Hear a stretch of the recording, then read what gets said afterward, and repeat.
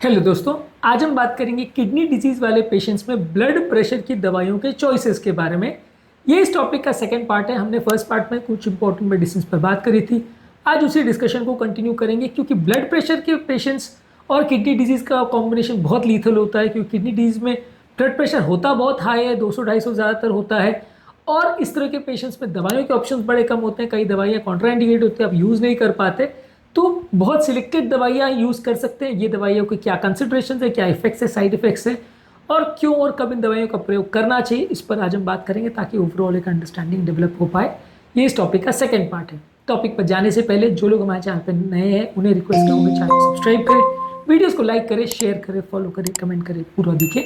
Topic important है इसलिए इसे देखिएगा। चलिए शुरू करते हैं इंपॉर्टेंट वीडियो।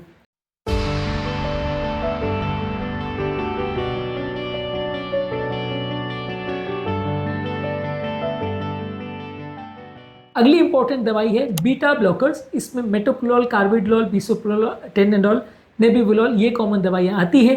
ज़्यादातर अगर किसी को सिर्फ किडनी का प्रॉब्लम है, दवाइयाँ सेफ है, दी जा सकती है। ज़्यादातर अगर किसी को हार्ट का प्रॉब्लम साथ में है और खासकर हार्ट का रिदम अगर ज़्यादा है तो और ज़्यादा उपयोगी है, ज़्यादा फायदा कर सकती है, खासकर हार्ट फेलियर है।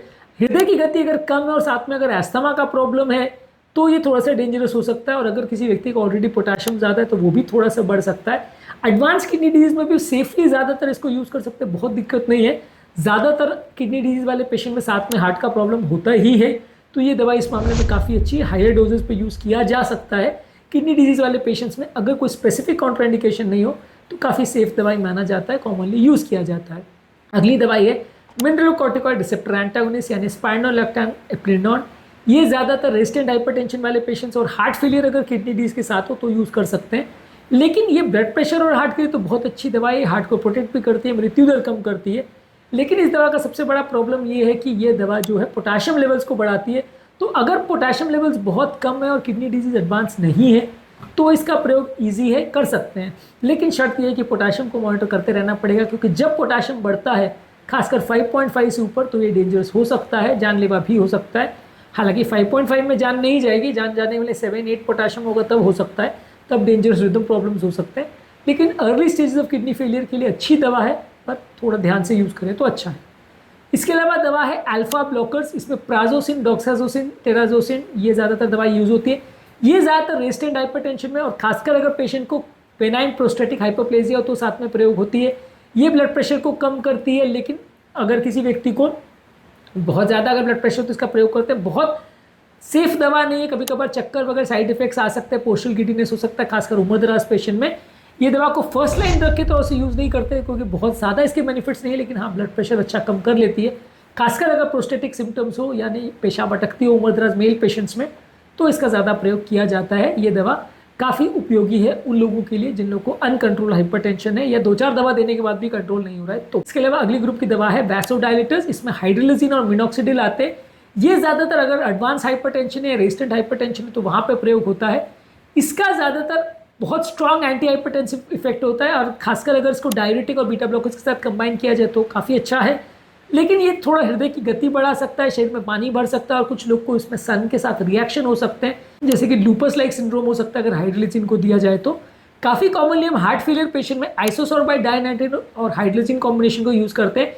इस कॉम्बिनेशन का फायदा है कि बीपी भी अच्छा कम करता है और हार्ट फेलियर में भी अच्छा, यानी हृदय की पंप क्षमता भी सुधारता है। काफ़ी किडनी डिजीज़ वाले पेशेंट्स में हार्ट फेलियर भी साथ में होता है तो वहाँ पे हम इसका प्रयोग करते हैं। लेकिन इसमें प्रॉब्लम बस ये कि बीपी को कई बार ज़्यादा कम कर सकता है तो चक्कर आ सकते हैं, तो इसका दवाई का थोड़ा सा ध्यानपूर्वक प्रयोग करना चाहिए। अगली ग्रुप ऑफ मेडिसिन है क्लोनिडिन या मोक्सोनिडिन, जो कि डायरेक्टली एक्टिंग अल्फा ब्लॉकर्स है, सेंट्रली एक्टिंग अल्फा ब्लॉकर्स है। ये दवा काफ़ी पोटेंट है, काफ़ी nephrologist as a first line drug use करते हैं, लेकिन दवा के बहुत सिग्निफिकेंट साइड इफेक्ट्स है। कभी कभार दवा को बंद करने से सडन क्लोनिडिन विड्रॉल सिंड्रोम हो सकता है, जिसमें सडन बीपी ओवरशूट कर सकता है, इसलिए दवा को सडनली बंद करना डेंजरस है। दवा के सिग्निफिकेंट साइड इफेक्ट्स भी है, इसलिए एटलीस्ट मैं प्रीफर नहीं करता हूँ इसको as a first line drug. लेकिन हाँ नेफ्रोलॉजिस्ट लोग और काफ़ी किडनी के स्पेशलिस्ट लोग इसको प्रेफर करते हैं। मैं ज़्यादातर कोशिश करता हूँ कि बाकी कोई दवा का ऑप्शन नहीं हो तो इसका प्रयोग किया जाए, या बाकी दवाओं के बावजूद अगर रिस्पॉन्ड ना कर रहा हो तो प्रयोग किया जाए। लेकिन अगर इसको प्रयोग किया भी जाए तो काफ़ी स्ट्रॉन्ग दवा है, बीपी तो एटलीस्ट अच्छा कंट्रोल कर देती है, तो इसको काफ़ी लोग प्रयोग करते हैं। इसके अलावा नेक्स्ट ग्रुप ऑफ मेडिसिन है डायरेक्टली एक्टिंग रेनिन इनहिबिटर्स। इसमें एलिस्केरिन आती है, ज़्यादातर अगर किसी व्यक्ति को अगर एसी इनहिबिटर्स या आरबीज अगर टॉलरेट नहीं हो रही है तो वहाँ पे इसका प्रयोग करते हैं।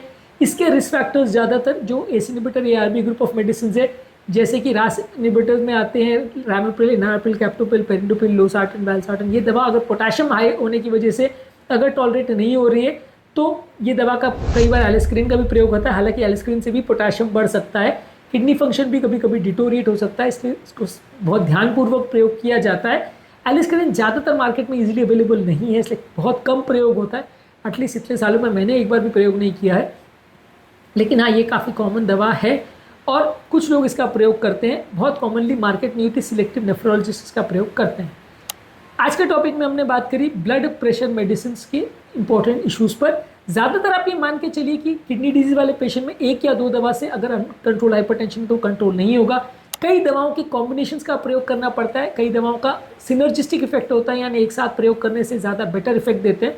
तो वैसे कॉम्बिनेशंस को हम प्रयोग करते हैं, लेकिन हर दवा के साथ आपको रेगुलर मॉनिटरिंग की आवश्यकता है, क्योंकि किडनी डिजीज वाले पेशेंट में साइड इफेक्ट्स भी ज़्यादा होते हैं, इश्यूज़ भी ज़्यादा होते हैं। कई बार दवाओं के रिलेटेड टॉक्सिसिटी होना, साइड इफेक्ट्स होना, इश्यूज़ होने का चांस कई गुना ज़्यादा होता है, इसलिए ये दवाइयों का थोड़ा ध्यानपूर्वक प्रयोग करना चाहिए। इसके अलावा साथ में लाइफस्टाइल मॉडिफिकेशन, जैसे नमक कम रखना, हेल्दी बॉडी वेट मेंटेन करना, एक्सरसाइज करना, रेगुलर अपना खाने पीने का ध्यान रखना, अल्कोहल कम रखना, स्मोकिंग कम रखना, ये सारी चीज़ों का भी ध्यानपूर्वक प्रयोग करना ज़रूरी है। अगर आप वो सारी चीज़ों को इग्नोर करते हो और अगर सिर्फ आपका फोकस दवाइयों पर है तो उतने अच्छे रिजल्ट्स आपको नहीं मिलेंगे। सारी चीज़ों का एक साथ प्रयोग करेंगे तो थोड़ा बेटर आपको इफेक्ट मिलेगा। तो ये इस टॉपिक का सेकंड पार्ट था, जहाँ पे हमने किडनी डिजीज़ वाले पेशेंट्स में स्पेसिफिक मेडिसिन जो ब्लड प्रेशर के कंट्रोल के लिए प्रयोग की जाती है उन पर बात करी। इसके फर्स्ट पार्ट को भी ज़रूर चेकआउट करिएगा। इसके अलावा किडनी डिजीज़ में हाइपरटेंशन क्यों होता है और उसकी क्या स्पेसिफिक कंसिडरेशंस है, उस पर भी हमने अलग अलग वीडियोज़ किए। हाइपरटेंशन के कंट्रोल और मैनेजमेंट और इमरजेंसी मैनेजमेंट पर भी वीडियोज़ किए, इनको भी ज़रूर चेकआउट करें। उम्मीद करूँगा कि आज के टॉपिक में कुछ नई बातें जानने को मिली होगी। जो लोग हमारे चैनल पर नए हैं उन्हें रिक्वेस्ट करूँगा चैनल को सब्सक्राइब करें, वीडियोस को लाइक करें, शेयर करें, फॉलो करें, कमेंट करें पूरा।